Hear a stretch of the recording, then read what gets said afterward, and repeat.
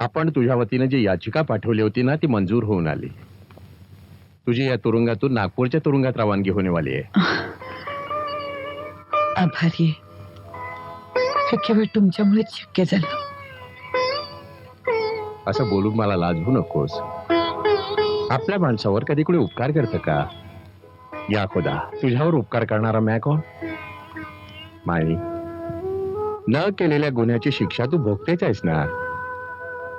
खरंच असं का व्हावं? चांगल्या कर्माचं फळ नेहमी वाईटच का मिळतं? चांगल्यासमोर वाईट उभं राहिल्याशिवाय चांगल्याचं महत्व कसं कळणार? माई, एक सवाल पूछूं? विचारा ना. तुम यहाँ से इतनी दूर क्यों जा रही हो? मला जुन्या आठवणींपासून लांब जायचंय. खूप त्रास होतो मला. पण परिस्थितीपासून दूर पळण्यात काहीच अर्थ नसतो असं तूच म्हणतेस ना. मी कुठे परिस्थितीपासून पळते? उलट परिस्थितीशी प्रामाणिक राहण्याचा प्रयत्न करते. तसंही या तुरुंगाने माझं बाहेरच्या जगाशी नातं तोडून टाकले.